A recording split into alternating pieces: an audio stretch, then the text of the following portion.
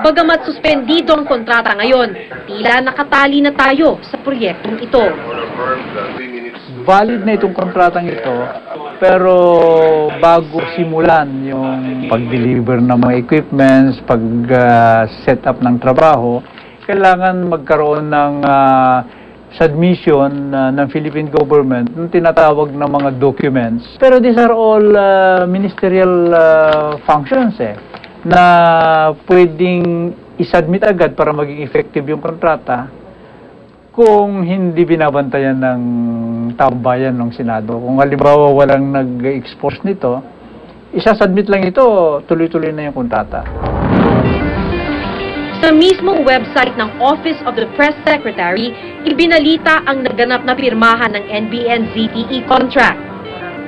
Abril nitong taon nilagdaan ng kontrata, kasabay ng pagdalo ni Pangulong Arroyo sa isang forum sa China. Ayon sa mga eksperto, hindi kailangan ng bansa ng ganito kamahal na proyekto. Na parang gusto nilang gawin dito sa kanilang NBN project na ito, maglagay ng isa pang expressway. Samantalang meron na. Gusto nilang maglagay ng isa pang expressway na exclusive para sa government.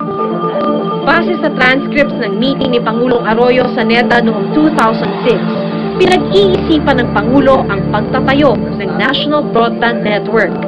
Iginiit ng Pangulo na dapat dumaan sa Build, Operate, Transfer Scheme ang proyekto para walang ilabas na pera ang gobyerno.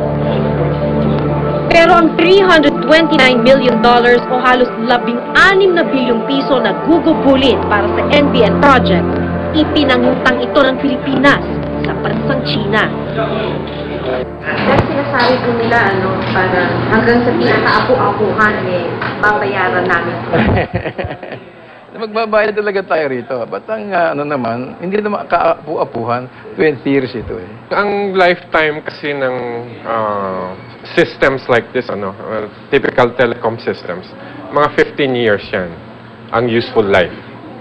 So, it's true that the loan will be 20 years, so may gap na 5 years na medyo pa-obsolete na yan at before the loan is paid.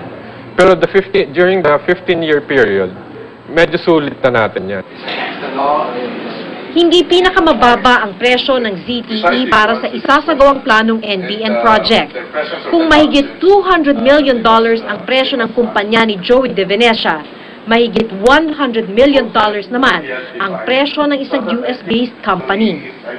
A year before we even filed, nag-file na rin sila, tsaka nakakuha na sila ng pre-conditional approval ng US Exim Bank and was confirmed by 2 cabinet secretaries at that time who went there to Washington, D.C. So, galit na galit yung mga Amerikano. Kung ang pagbabasihan mo kasi is just the RSCOM proposal is about $130 million. Pero isang departamento lang ito, 83 agencies lang i-cover nila, mas mataas pa rin yung AHI, which is more than $240 million.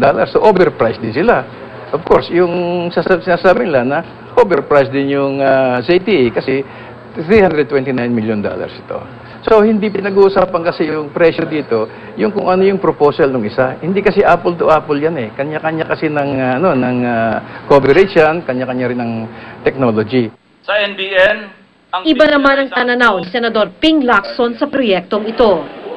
May lagayan siguro. Ang nakapagtaka pa doon sa supply contract, bakit mauna yung total? Di ba pag may total amount ka, may pinanggalingan yon, may breakdown.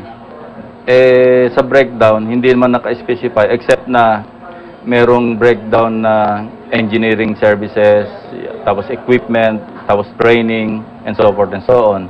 Pero nasaan? Saan ang galing yung mga figures na yon? Dapat may pinanggalingan yon. Back off! Back off! Ilang ulit nang niyanig ng mga eskandalo ang administrasyon. Ang kontrobersya sa NBN, dadagdag lang ba sa humahabang listahan ng mga kasong tila hindi nabigyang linaw? Makakaasa ba tayong may pupuntahan ang isyong ito? Ako si Maki Pulido at ito ang nakatala sa aking Reporter's Notebook.